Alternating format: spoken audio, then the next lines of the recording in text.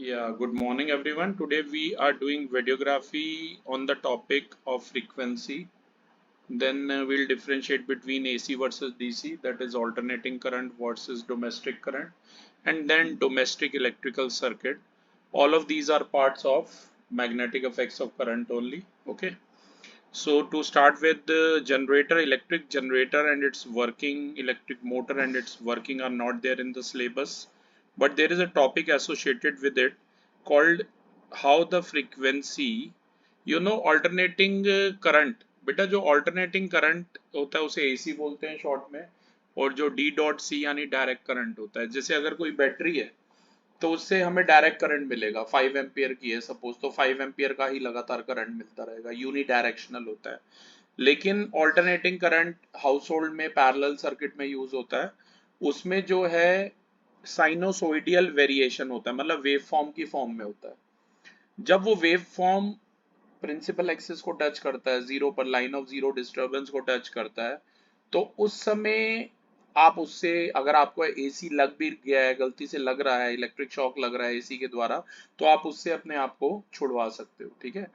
तो घरों में जो पैरेलल कनेक्शन होते हैं अधिकतर एसी होता है, लेकिन अगर आपको इन्वर्टर बैटरी से शॉक लग रहा है तो वो आपको डीसी डायरेक्ट करंट लगता है। सबसे सिंपल भाषा में मैं डिफरेंस बताता हूँ।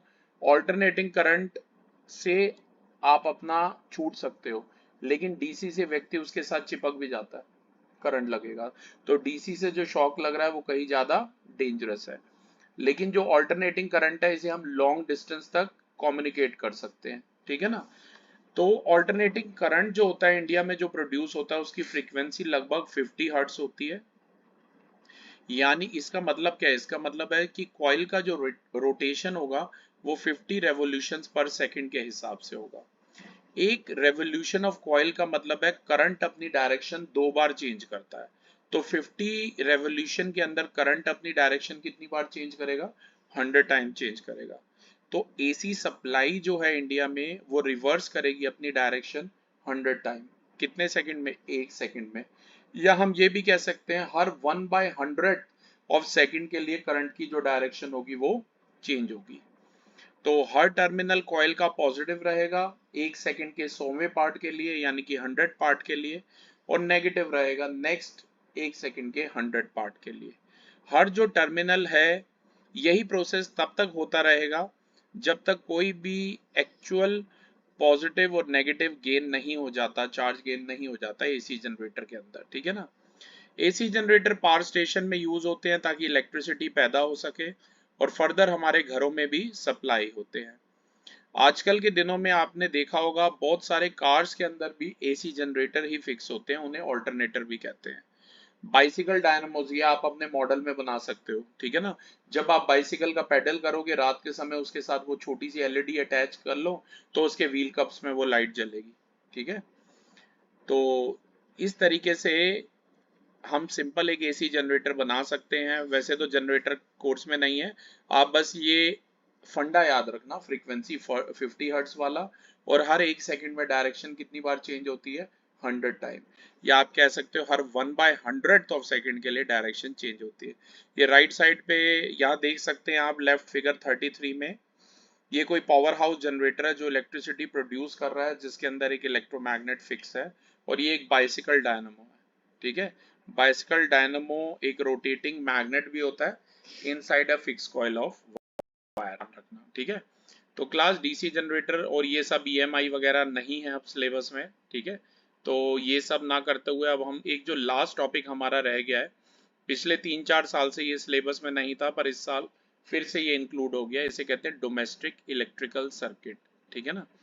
तो ये डोमेस्टिक इलेक्ट्रिकल सर्किट के बारे में हम पढ़ेंगे। सबसे पहले तो मैं आपको सजेस्ट करूंगा इसका बढ़िया से डायग्राम बना के आप प्रैक्टिस कर लें। ठीक है। आप सभी को पता है कि इलेक्ट्रिसिटी पावर स्टेशन में जनरेट होती है। फिर इंडिया में जैसे एनटीपीसी और एनएचपीसी, ऐसे रिलायंस मुंबई में करता है, मतलब इलेक्ट्रिसिटी सेल करता है। ठीक है। पर मेन जो दो गवर्नमेंट की एजेंसीज हैं वो है नेशनल थर्मल पावर कॉरपोरेशन, जहां कोल की हेल्प से इलेक्ट्रिसिटी जनरेट की जाती है, और national hydel power corporation NHPC, जहां डैम की हेल्प से, वाटर की हेल्प से इलेक्ट्रिसिटी प्रोड्यूस की जाती है।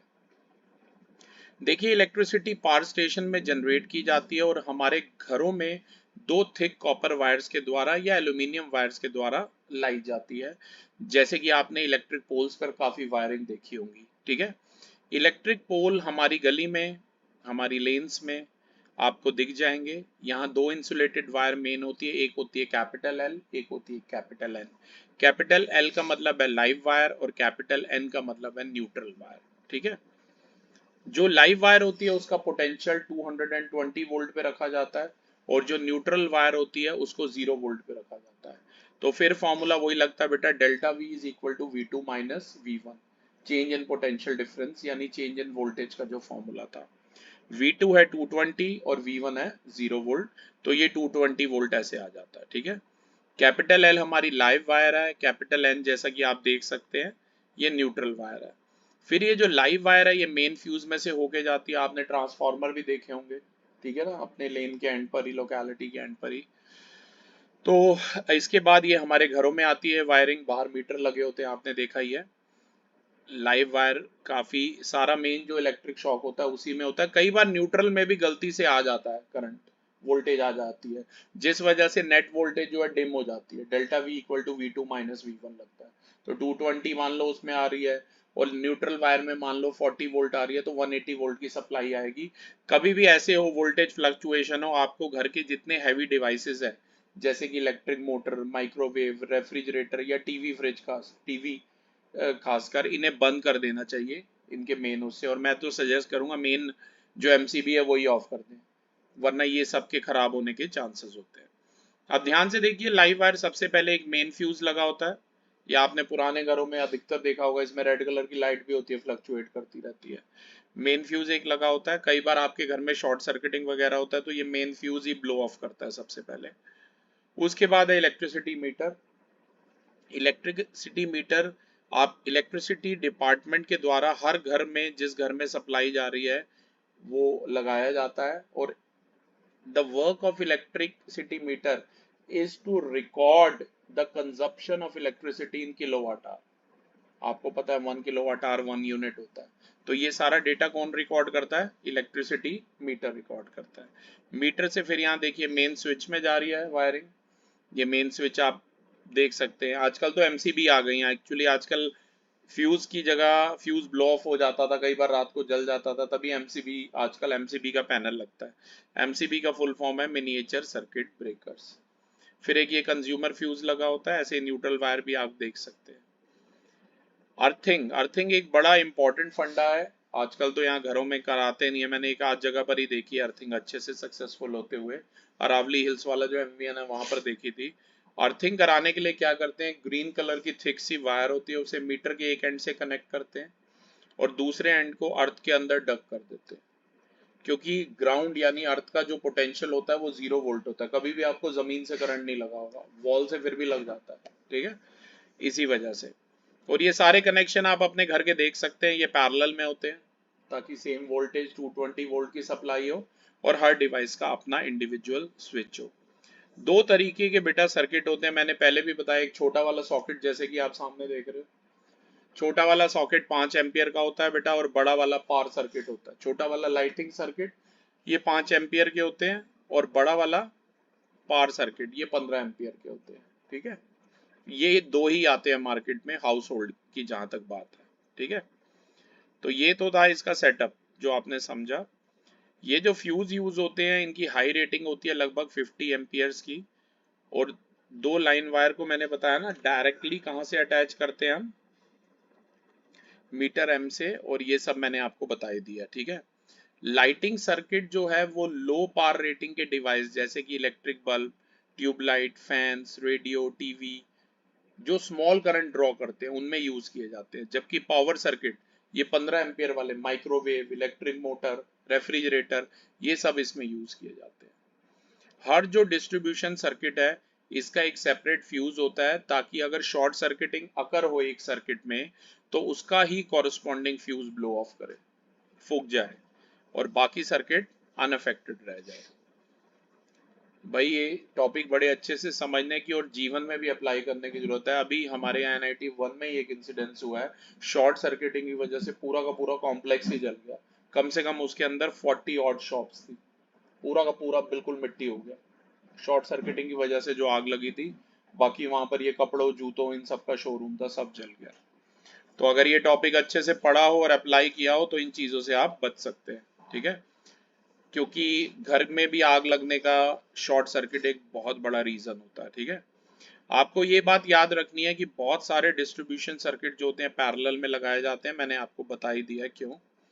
इससे पहले कि हम ये डिफाइन करें कि हमारे घर में वायरिंग कैसे होती है, हमें लाइव, न्यूट्रल और अर्थ वायर को समझना पड़ेगा। लाइव वायर मैंने बताया वोल्टेज को 220 वोल्ट होता है इसमें वोल्टेज, न्यूट्रल को हम 0 पे रखते हैं, और earth wire unnecessary electric shock से हमें बचने के लिए काम में आती है। कई बार ऐसा होता है ना कि भाई कूलर वगैरह, आजकल तो एसी लगे होते हैं, पर कूलर वगैरह जहाँ मेटलिक बॉडी वाले लगे हैं रेनी सीजन में, तो वॉल्स में से भी कहीं इलेक्ट्रिक करंट आ जाता है। तो उन सब से बचने के लिए क्या यूज होता है, हम अर्थिंग कराते हैं। अर्थिंग एक ग्रीन कलर की वायर होती है, मैं अभी आपको ये भी बताऊंगा। अगर आपको लाइव वायर, न्यूट्रल वायर और अर्थ वायर में डिफरेंस भी करना है तो आप कलर की हेल्प से कर सकते हो। अगर आप कोई भी सॉकेट खोल के देखोगे ना, अलग अलग रंग की आपको वायर्स नजर आएंगी रिदन। जैसे कि लाइव वायर रेड कलर की होती है, न्यूट्रल ब्लैक कलर की होती है, और जो अर्थ वायर होती है ये अधिकतर ग्रीन कलर की होती है। ये इसके ऊपर जो प्लास्टिक कोटिंग हो रही है इसकी मैं बात कर रहा हूँ। ये जो वायर होती हैं ये हमारे रूम्स में होती हैं। बल्ब मतलब 3 पिन सॉकेट होता है, अगर कोई 3 पिन का सॉकेट है उसके तीनों में से एक एक पिन में यही वायर लगी होंगी, ठीक है। जितने भी इलेक्ट्रिकल अप्लायंस है जैसे कि बल्ब, फैन, सॉकेट्स, ये सब पैरेलल में होते हैं और अक्रॉस द लाइव और न्यूट्रल वायर ही होते हैं। अर्थ वायर आपके ऊपर है, अगर आप घर में अर्थिंग कराना चाहते हैं। अभी जैसे आप फर्स्ट फ्लोर पे रहते हैं तो पहले ग्राउंड फ्लोर की अर्थिंग करानी पड़ेगी, तभी फर्स्ट फ्लोर की हो पाती है, ठीक है। एक और एडवांटेज है पैरेलल सर्किट की, वो ये है कि सेम वोल्टेज मेन लाइन की जो है अवेलेबल होती है। ये सब मैंने आपको बताया ही पैरेलल की क्या एडवांटेजेस हैं और क्या नहीं है, ठीक है।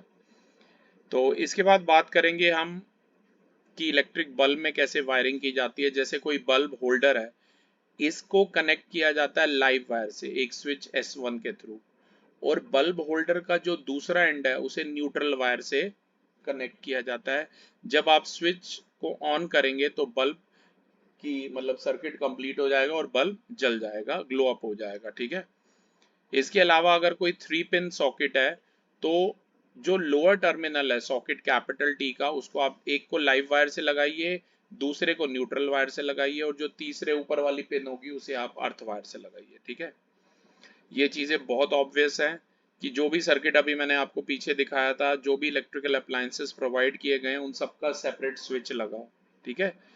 यही पैरेलल कॉम्बिनेशन का फायदा है। जैसे अगर आपके घर में अर्थिंग नहीं हुई पड़ी और आप देखिए मेटेलिक कोई इलेक्ट्रिक केटल है, अगर उसके मेटेलिक पार्ट को छुओगे तो आपको करंट लगेगा, लेकिन अगर आपके घर में अर्थिंग हुई पड़ी है तो आपको करंट नहीं लगेगा, ठीक है। इसका जो ऊपर वाला पिन होता है उसी में अर्थ वायर होती है, ये 3 पिन प्लग होता है, देखा ही होगा आपने, ठीक है। ये बात ध्यान रखना। तो अगर आप भी इलेक्ट्रिक, जैसे ये पहले प्रेस आती थी, नीचे ये हीटिंग एलिमेंट है, इसकी मेटलिक बॉडी होती थी, ये ऊपर प्लास्टिक का होता था। आप इलेक्ट्रिक आयरन से प्रेस कर रहे हो, कोल वाली नहीं है, नॉर्मल इलेक्ट्रिसिटी वाली है, और अगर आपने गलती से मेटलिक पार्ट को छू लिया तो आपको करंट लग सकता है, ठीक है। ये बात ध्यान में रखना।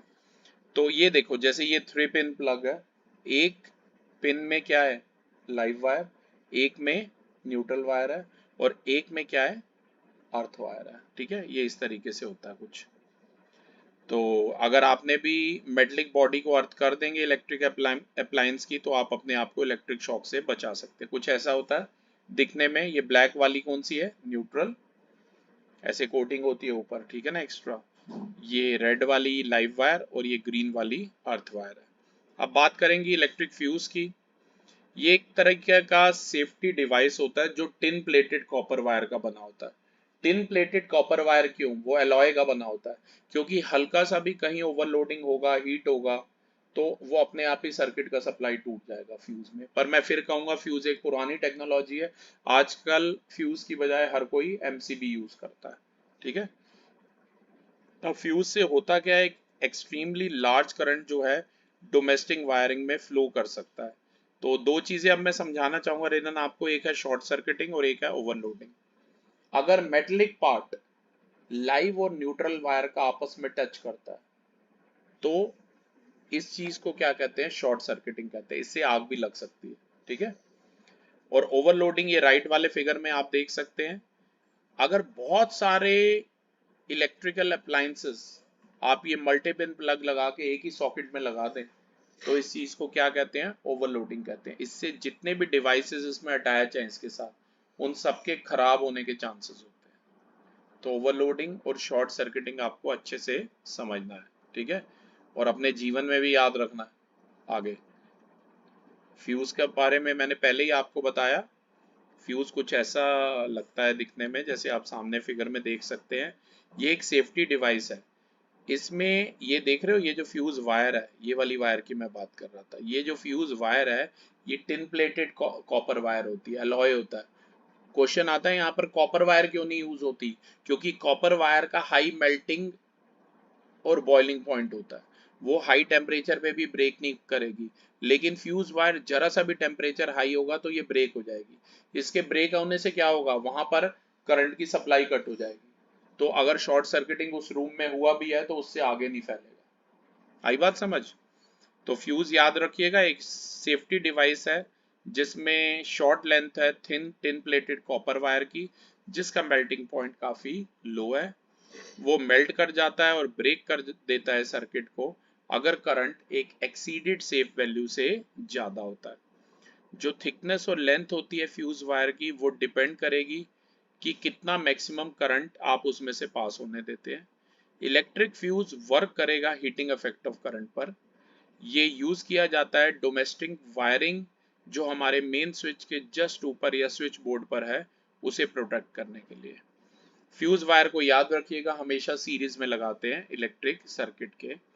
जो मेन फ्यूज होता है डोमेस्टिक वायरिंग में वो एक porcelain fuse holder capital H, जैसा कि आप देख सकते हैं ये फ्यूज होल्डर है कैपिटल एच, और इसके दो ब्रास के टर्मिनल्स होते हैं कैपिटल T1 और कैपिटल T2, और उन्हें लाइव वायर से डायरेक्ट कनेक्ट किया जाता है। और जो दूसरा पार्ट होता है फ्यूज का वो एक removable fuse grip capital G से बना हुआ, ये डिटैचेबल होता है। कभी मेरे पास आओगे तो मैं घर पे दिखाऊंगा, मैंने एक रूम में लगाया हुआ है ये, ठीक है।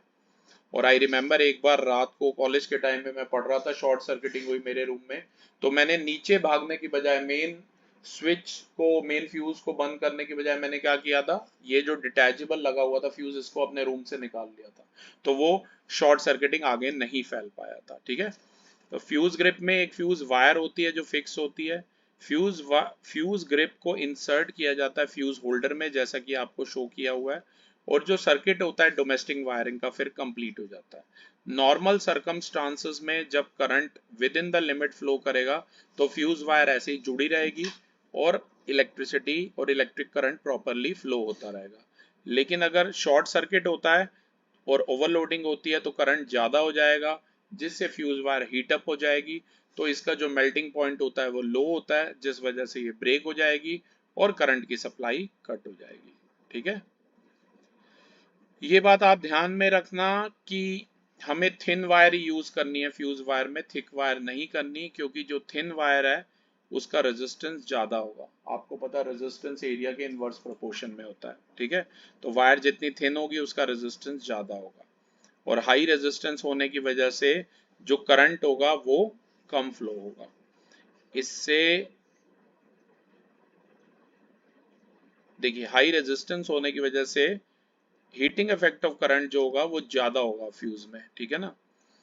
इससे फ्यूज वायर मेल्ट हो जाएगी अगर कोई भी प्रॉब्लम आती है तो, ठीक है। कॉपर वायर मत यूज करना क्योंकि उसका tin plated copper wire use करनी है, सिर्फ कॉपर वायर नहीं यूज करनी फ्यूज के अंदर, क्योंकि जो कॉपर वायर है उसका हाई होता है मेल्टिंग पॉइंट, ठीक है। फ्यूज वायर जो है उसकी प्रॉपर थिकनेस होती है और वो डिपेंड करेगा मैक्सिमम करंट पर, हाउस होल्ड वायरिंग सेफली जो कैरी कर सकता है।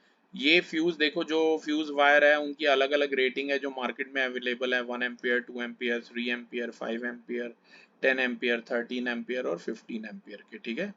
ये ध्यान रखना, ऐसे कुछ दिखने में होती है। एमसीबी है राइट साइड पे जो आप देख रहे हो, मिनिएचर सर्किट ब्रेकर, ये भी MCB आपको पता है फ्यूज की जगह पर यूज की जाती है अलग अलग।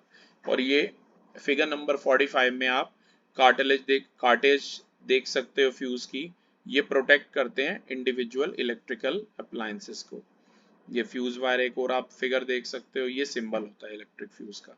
अब एक सैंपल प्रॉब्लम है, मैं चाहूंगा आप रिदन जरा रीड करेंगे, बहुत इजी सी सैंपल प्रॉब्लम है। An electric oven of 2 kilowatt power rating is operated in a domestic electrical circuit with 220 volts that has current rating of 5 amperes. What result do you expect? Explain. Thank you. Thank you Ridan. अब मैं आपको समझाता हूँ। देखिए power दे रखी है इसमें 2 kilowatt की। ये मैं एक ओवन घर पर लेकर आया हूँ। मेरे घर की सप्लाई है 220 वोल्ट, ठीक है। और करंट रेटिंग कितनी दे रखी है, 5 एम्पियर मैक्सिमम। पर मैं ओवन कितना करंट विदड्रॉ करेगा सर्किट से वो पहले निकालूंगा। ओवन का पावर है 2 किलोवाट, तो 1 किलोवाट में आपको पता है 1000 वाट होते हैं। तो पावर हो गया 2000 वाट। वोल्टेज दिया 220 वोल्ट, तो P is equal to V into I आप लगाइए। यहाँ से करंट कैलकुलेट करोगे लगभग 9 एम्पियर आएगा। पर आपके घर में जो फ्यूज लगा था उसकी क्या करंट रेटिंग थी, 5 एम्पियर। तो क्या होगा, फ्यूज ब्लो ऑफ कर जाएगा, ठीक है। आप जैसे ही ओवन ऑन करोगे पावर सर्किट में डाल के भी, तो भी फ्यूज ब्लो ऑफ कर जाएगा, राइट। तो ये चीजें ध्यान रखनी है। एक सेकंड, एक दो ही सैंपल प्रॉब्लम है इस टॉपिक से रिलेटेड, ये दो ही करनी है। पढ़िए second. A circuit has a fuse of 5 amperes. What is the maximum number of 100 watts 220 volt bulbs that can be safely used in the circuit? एक सर्किट जिसका करंट रेटिंग फ्यूज का 5 ampere है, आप 100 वाट वाले कितने बल्ब यूज कर सकते हो सेफली सर्किट के अंदर।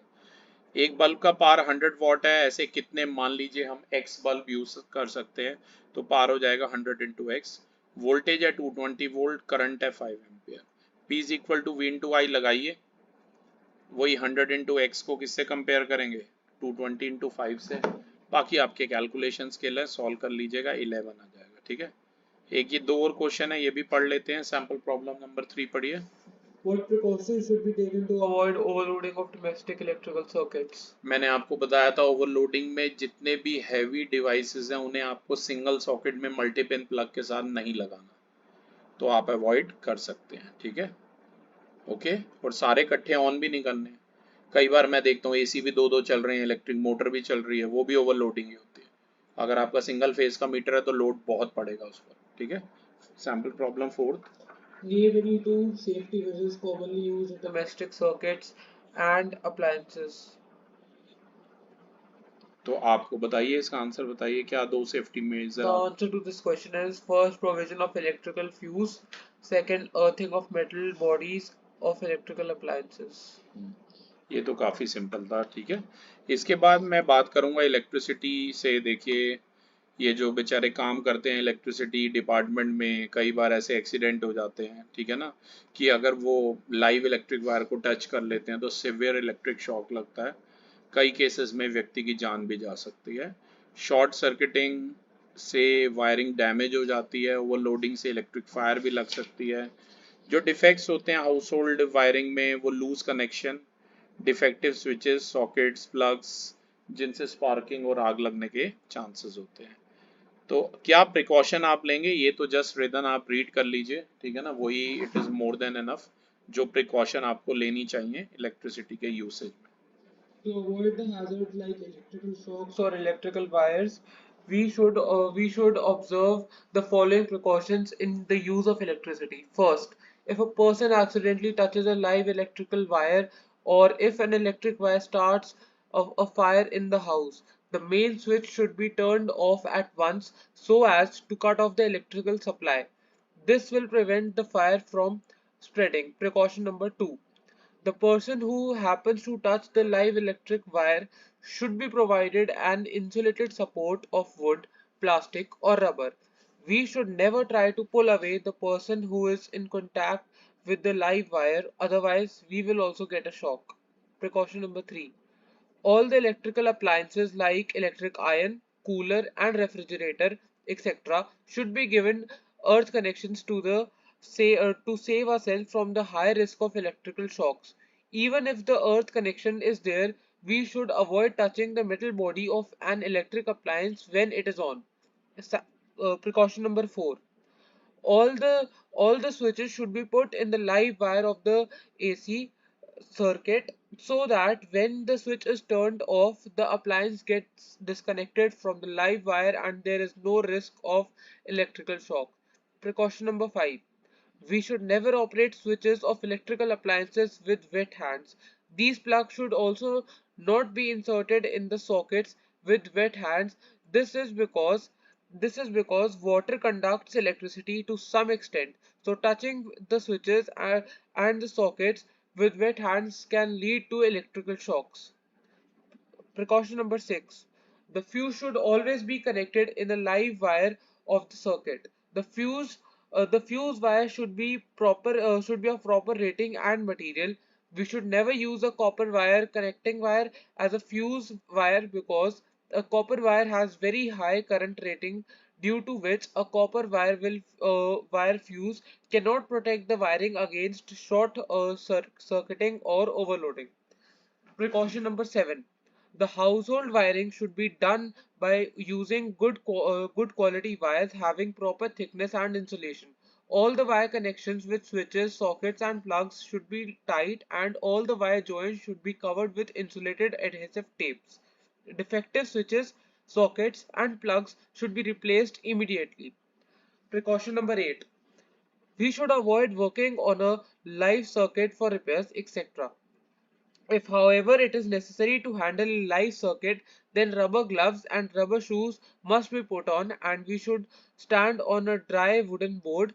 The electrician should wear rubber hand gloves and rubber shoes while working.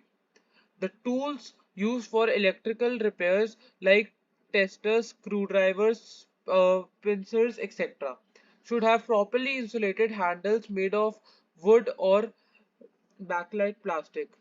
We are now in a position to answer the following questions. Thank you rhythm. तो ये प्रिकॉशंस तो काफ़ी easy, आप खुद ही रीड कर सकते हैं। तो ये था हमारा domestic electrical circuit. Thank you everyone.